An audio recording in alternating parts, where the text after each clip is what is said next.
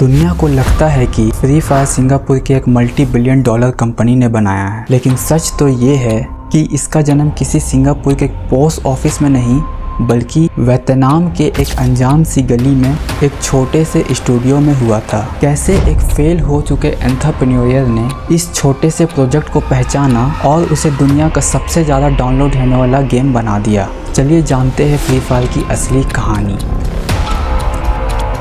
आगे कंटिन्यू करने से पहले आपके लिए एक ज़रूरी मैसेज है। मेरा नाम अमन है और मैं इस चैनल के जरिए एक बिजनेस एजुकेशन देना चाहता हूँ ताकि आप लोगों को रियल लाइफ बिजनेस एजुकेशन मिल सके, because this time of think extreme. साल 1977 जब चाइना के तांजिन शहर में एक बच्चे का जन्म होता है जिसका नाम ली सियो वोंग डुंग था, लेकिन बाद में उन्हें फॉरेस्ट ली के नाम से जाना गया। उन्होंने अपनी स्कूलिंग वहीं से की। फिर उन्होंने संघाई जी वॉन टोंग यूनिवर्सिटी से अपनी इंजीनियरिंग की पढ़ाई पूरी की। पढ़ाई के बाद उन्होंने कुछ वक्त मोटोरोला एंड कॉर्निंग जैसी कंपनी में HR एंड रिक्रूटमेंट का काम भी किया, लेकिन उनका मन वहां नहीं लगा। फॉरेस्ट ली को समझ आ गया था कि अगर उन्हें कुछ बड़ा करना है तो ग्लोबल एक्सपोजर चाहिए होगा। इसीलिए वो Stanford graduate school of business आ गए MBA करने के लिए। MBA के दौरान उनके टीचर्स को ली सियोडोंग का नाम लेने में बहुत ही दिक्कत होता था, इसीलिए उन्होंने फॉरेस्ट गंप मूवी से इंस्पायर होकर अपना नाम फॉरेस्ट ली कर लिया। ईयर 2005 ये वो साल था जब उनकी लाइफ में एक नया मोड़ आया। उनके ग्रेजुएशन सेरेमनी में स्टीव जॉब्स ने एक आइकॉनिक स्पीच दी, स्टे हंग्री स्टे फुलिश। फॉरेस्ट ली उन्हें वहां बैठकर सुन रहे थे, तो वहीं से उन्होंने डिसाइड किया कि वो अपना रास्ता खुद बनाएंगे। कॉलेज के दौरान फॉरेस्ट ली की एक गर्लफ्रेंड भी थी जिसके साथ वो MBA के बाद ईयर 2026 में सिंगापुर शिफ्ट हो गए थे और वो अभी उनकी करंट वाइफ भी है।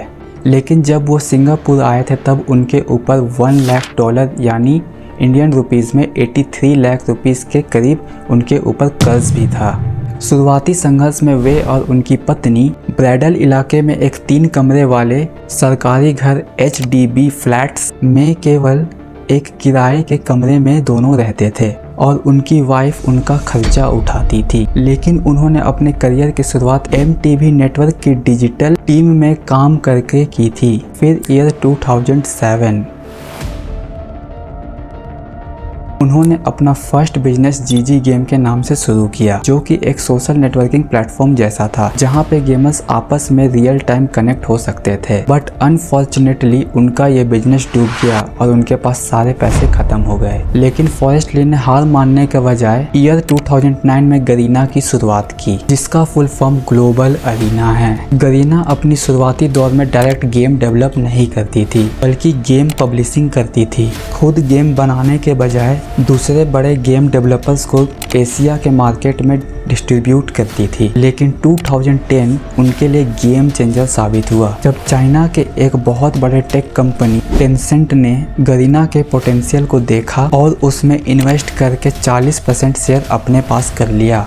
टेंसेंट के आते ही गरीना के भाग्य खुल गए, क्योंकि टेंसेंट जो कंपनी थी वो ऑलरेडी पहले से अमेरिका के रियोट गेम्स कंपनी में इन्वेस्टर थे। रियोट्स गेम्स ने ही लीग्स ऑफ लेजेंड को डेवलप किया था।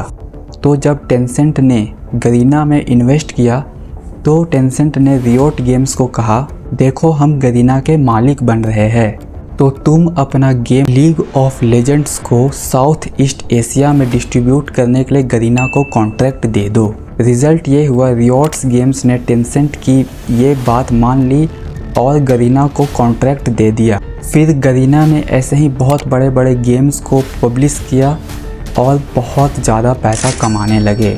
यहाँ तक तो सब ठीक चल रहा था, लेकिन फॉरेस्ट ली ये अच्छी तरह से जानते थे कि गेमिंग से कुछ ज़्यादा होने वाला नहीं है। इसीलिए उन्होंने 2014 में सी मनी की शुरुआत की, जो कि एक डिजिटल वॉलेट है, और 2015 में एक ई-कॉमर्स प्लेटफॉर्म बनाया जिसका नाम शॉपी रखा। फिर फॉरेस्ट ली अपने IPO को लाने के लिए तैयारी में जुट गए और जो गरीना कंपनी थी उसको रीब्रांड करके सी लिमिटेड कर दिया गया, जिसका full form south east Asia limited company किया गया और गरीना को सी लिमिटेड कंपनी की सब्सिडरी बना दी गई और सी लिमिटेड पेरेंट कंपनी बन गई। और फाइनली 20 अक्टूबर 2017 को सी लिमिटेड को NYC यानी न्यूयॉर्क स्टॉक एक्सचेंज में लिस्ट किया गया। गरीना ने करीब 7,300 करोड़ से रेज किए थे। फॉरेस्ट ली एक अच्छे विजनरी थे।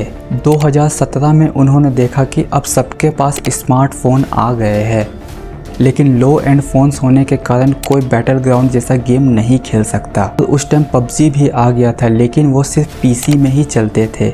PUBG का मोबाइल वर्जन उस टाइम रिलीज़ नहीं किया गया था। इसी को देखते हुए फॉरेस्ट ली ने सोचा क्यों ना एक ऐसा गेम बनाया जाए जो कि 2 GB रैम 3 GB रैम्स में भी आराम से स्मूथली चल सके।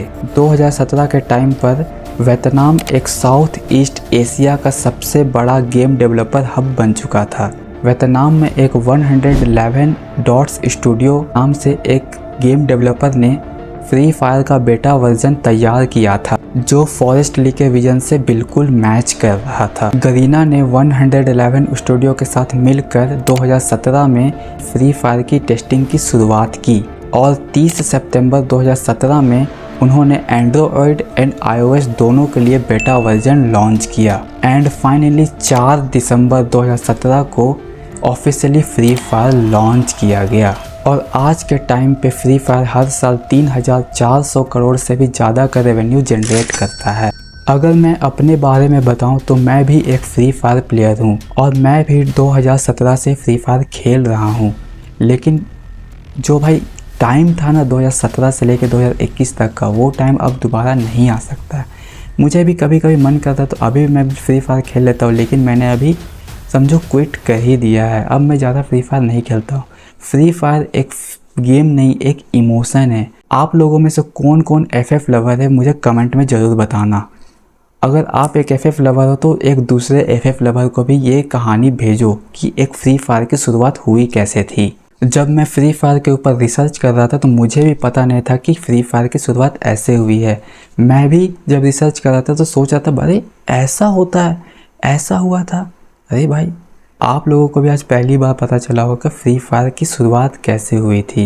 मिलते हैं नेक्स्ट केस स्टडी में, तब तक के लिए learn and that, make your future bright and think extreme.